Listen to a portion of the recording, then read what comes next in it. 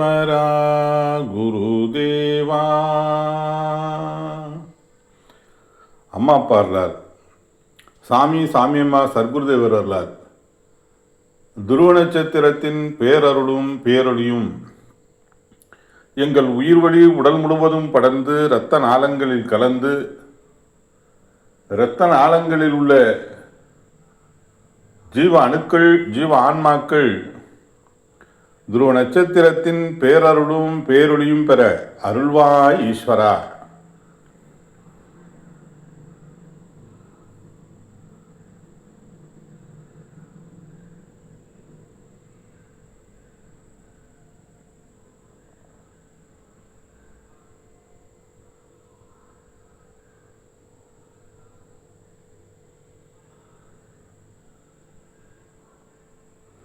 ஓம் ஈஸ்வரா குருதேவா கருணை சொரூபா.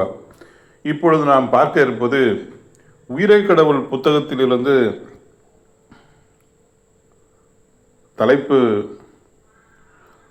குமாரபாளையம் செல்லுதல்.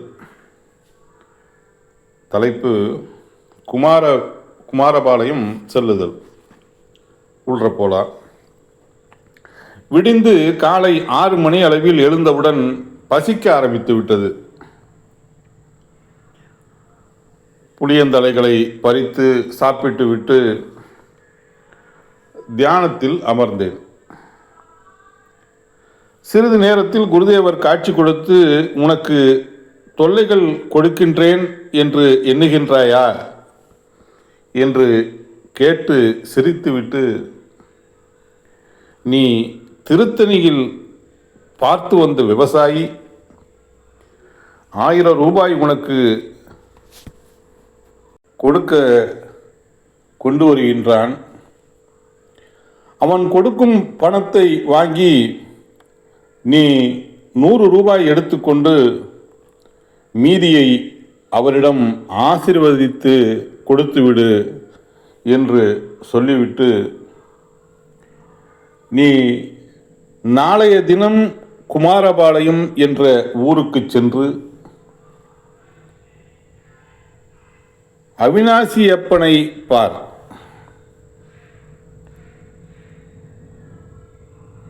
அவன் உனக்கு அறிமுகமானவனே.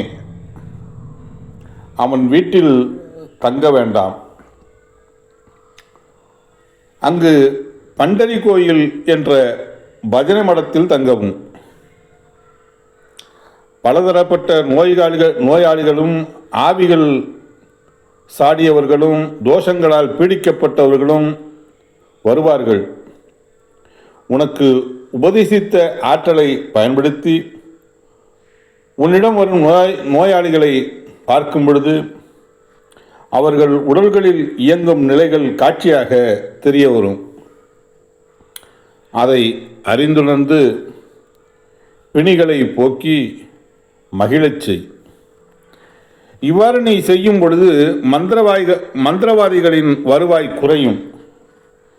அதனால் உனக்கு மந்திரவாதிகள் தொல்லைகள் கொடுக்க முற்படுவார்கள். நீ அவர்களுக்கு கவனமாக நல்ல உபதேசங்களை செய்து நற்செயல்களை செய்யும்படி அவர்களை பக்குவப்படுத்து என்று உபதேசித்து அருளினார்.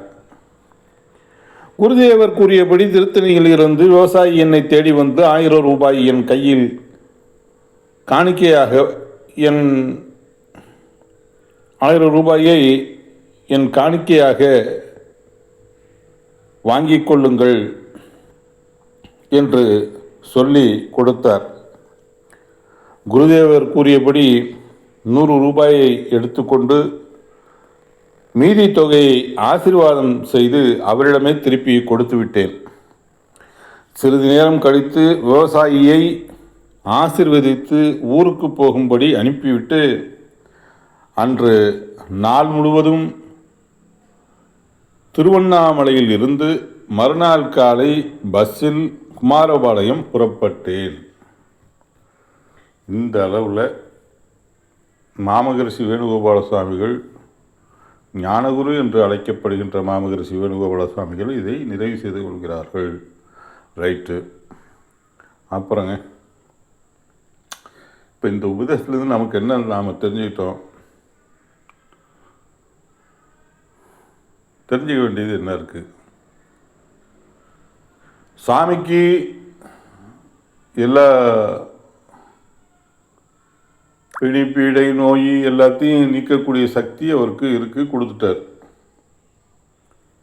சரிங்க, 1000 ரூபா பணம் கொண்டாந்து கொடுப்பாரு, அவர்கிட்ட நீ 100 ரூபா மட்டும் வாங்கிட்டு ஆசீர்வதிச்சு பாக்கி பணத்தை கொடுத்துரு அப்படிங்கிறது இது எப்பேற்பட்ட நிலை? அதுதாங்க இறைவன், கடவுள், தெய்வம், சத்குரு என்ற நிலையில் அவர் இன்றும் சுரண்டு கொண்டிருக்கின்றார் என்பதை நாம் அனைவரும் நம்புவோம். குரு அருளை பெறுவோம், அருள் வழியில் செல்வோம், மெய்ப்பொருள் காண்போம், மெய்ப்பொருளை அடைவோம். ஓம் ஈஸ்வரா குருதேவா. குருவே சரணம், குருவே துணை.